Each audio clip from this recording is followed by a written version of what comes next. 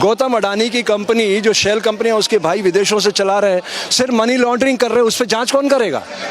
अगर यही मनमोहन सिंह के कार्यकाल में हुआ होता तो तूफान आ जाता सड़कों पे। अडानी समूह तो ये कह रहा है कि बदनाम करने की कोशिश की जा रही है। तो उसको जवाब दो ना हिंडनबर्ग को। वो कह रहा अमेरिका में आके लगाओ, हम अमेरिका में काम करते हैं, वहाँ आके केस लगाओ, हमारे प्रश्नों के जवाब दे दो। जो उन्होंने प्रश्न मांगे जवाब ही नहीं दिए, उन्होंने 26 जवाब दिए, जवाब नहीं देते बन रहा। आप एक बात बताइए, उसका सगा भाई विदेश का नागरिक कैसे बन गया? गौतम अडानी का एक छोटे से देश का नागरिक बन गया, जाके दुबई में बैठा है।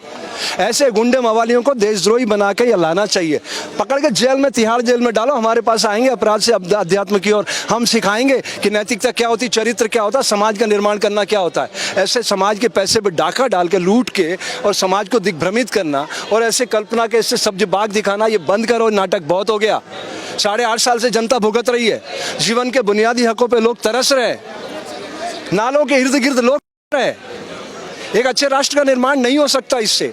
अच्छे राष्ट्र का निर्माण होगा जब सबको आगे बढ़ने का मौका मिलेगा। जैसे शरीर के सारे अंग एक दूसरे की मदद करते हैं, ऐसे सारे पंथ संप्रदाय सब मिलकर एक दूसरे की मदद करेंगे तो एक अच्छे राष्ट्र का निर्माण होगा। गुरुजी, अडानी का समूह ये कह रहा है कि ये सोची समझी साजिश है, ये देश को बदनाम करने की कोशिश है, क्योंकि अडानी इतना नाम कमा रहा है, शौर्य कमा रहा है, इसलिए वो कह तो रहा है कि राष्ट्रद्रोह है ये। अब ये झूला झूल रहे अडानी अंबानी, वो आगे पीछे हो रहे हैं।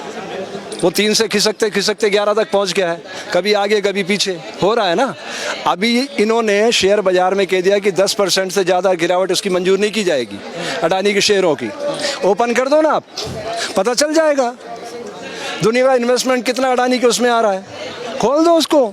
अगर अडानी इतना बड़ा देशभक्त है, देश सेवक है, उसके शेयर को ओपन कर दो। आप उसकी रिस्ट्रिक्शन क्यों लगा रहे हो? 10% से ज़्यादा शेयर का भाव नहीं गिरेगा, क्यों नहीं गिरेगा?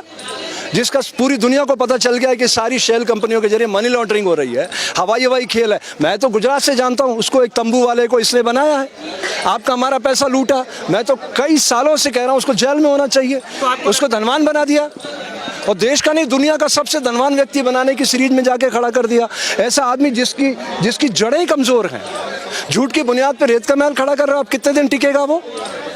तो आपको लगता है कि बचने के लिए जो है राष्ट्रवादी चीजों का जो उपयोग किया जाए? राष्ट्र के नाम पे ये जितना छद्म ये चादर ओढ़ते हैं, ये खुद क्या करता है आप बताइए? अरे देश का पंत प्रधान है, उसके हर वाक्य में अहम ब्रह्मास्मि, कि मैं सत्य बोल रहा हूँ, कि मैं विश्व के गुरु बनने की पायदान की ओर कदम बढ़ा रहा हूँ। सोच समझ के 100 बार सोचकर फिर एक शब्द बोलना चाहिए उसको। देश का पंत प्रधान है, उसकी बातों में से सच पकड़ना पड़ता। झूठ झूठ झूठ झूठ कहाँ से पकड़ोगे आप सत्य? झूठ की बुनियाद पर सब कुछ दिखा देता, सब जो बाग दिखा करके लोगों को बेवकूफ़ बनाता मदारी की तरह। सच बोलना उसको आता नहीं, ना उसको ट्रेनिंग दी उसके गुरु ने। सत्य क्या होता है, उसकी पहचान क्या है, कभी नष्ट नहीं होता। इसने जो भी वादे किए सारे के सारे काल्पनिक और सारे झूठे थे, 100% झूठे वादे थे। एक वादे पे खरा उतरा हो आप बता दो। मेरे ऊपर 1,10,000 का कर्जा चढ़ा दिया इसने। 2014 में 55,000 का कर्जा था मेरे ऊपर, मेरे से मतलब देश के प्रत्येक नागरिक पर। इस समय 1,10,000 का कर्ज है, तो ये 55,000 कहाँ से आ गए? मैंने तो जिंदगी में किसी के आगे हाथ नहीं फैलाया, जिंदगी में 66 साल पूरे कर चुका हूं, किसी के आगे हाथ नहीं फैलाया। मेरे ऊपर 1,10,000 का कर्जा कैसे चढ़ा दिया उसने देश के प्रत्येक नागरिक पर?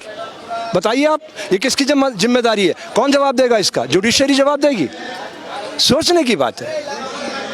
ये नैतिक दायित्वों का प्रश्न है साहब, नागरिक दायित्वों का प्रश्न है।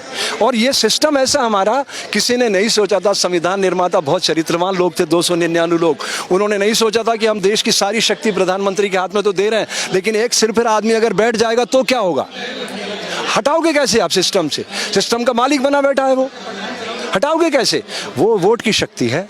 और जब तक जनता जागरूक नहीं होगी, पेट से सोचेगी, तब तक ये अमृत महोत्सव के नाम पे मरणासन करते रहेंगे समाज को। लिख लीजिए आप, समाज को जागना पड़ेगा। 2019 में इसने क्या कहा?